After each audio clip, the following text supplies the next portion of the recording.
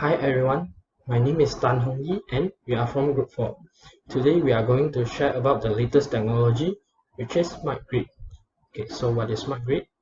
Smart grid is an electrical grid that is integrated with a computerized two-way communication network. It provides instantaneous feedback on system-wide operation, power interruption, and electrical use back to electrical plant and regional power grid operators.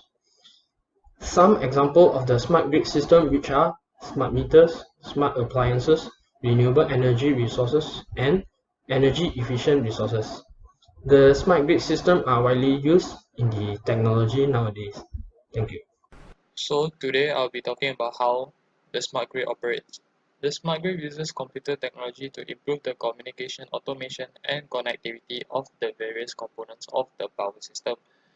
What I can say about this is computer technology, whenever computer technology is involved, basically it's more to programming and software stuff where humans no are only needed to do a certain thing and the rest will be handled through a computer process, which helps a lot and eases the job of a human definitely. This smart grid also improves distribution by relaying information from consumers to transformers and generation plants. You can see these generation plants and transformers basically from substation TNBs where you find nearby certain housing areas or something where if it if supply drops there, the whole area around it will lose its power. Installation of smart meters in homes and businesses is one of the key elements in this system. Smart meters are basically meters that can relay the information to the supplier at any time, thus making the job easier for the supplier to know the usage of every household they own that is using their supply chain. So compared to last time where we do not have smart meters, it is more difficult to obtain the consumption of electrical and of energy. Thus, it's more difficult and more workforce needed. These digital devices are capable of two-way communication by relaying information about both supply and demand between producers and consumers. That's all from me. So, hi everyone. Now I'm going to proceed with the leftover part of the presentation regarding smart grid. So first, let's talk about where the technology smart grid can be applied here in our country. So from what I've read now, smart grid can actually be used in anywhere and everywhere in the country. However, in order to get the best out of smart grid, it is better for us to use it on places which consume a large amount of electricity like housing areas, shopping malls, and also factories.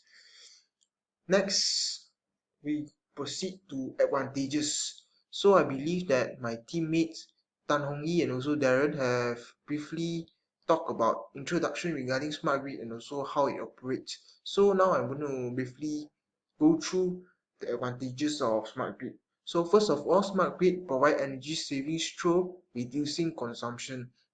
So usually smart grids are integrated with this thing called smart meters.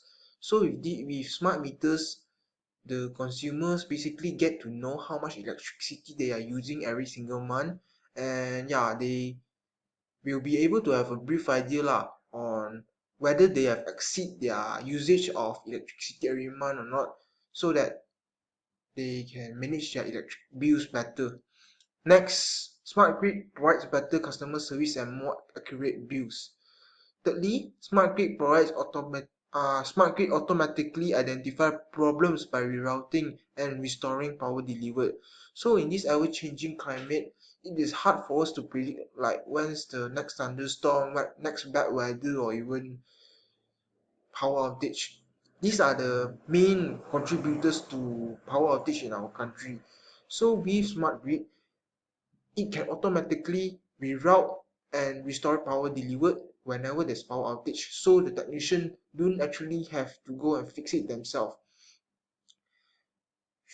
Next, smart grid will provide leveling of the demand curve. So with this smart grid, the consumers get to know from when to when are the peak hours. So let me give you guys an extra piece of information. Our electric bills are actually much more expensive if we use our electrical appliances at peak hours. So with this demand curve, the consumers can actually prevent using their electrical appliances during these peak hours so that they can reduce their electrical bills every single month. Last and not least, smart grid provide data and automation to enable solar energy and wind farm to put energy onto grid. So smart grid can actually integrate with the latest technologies like solar energy and also wind energy.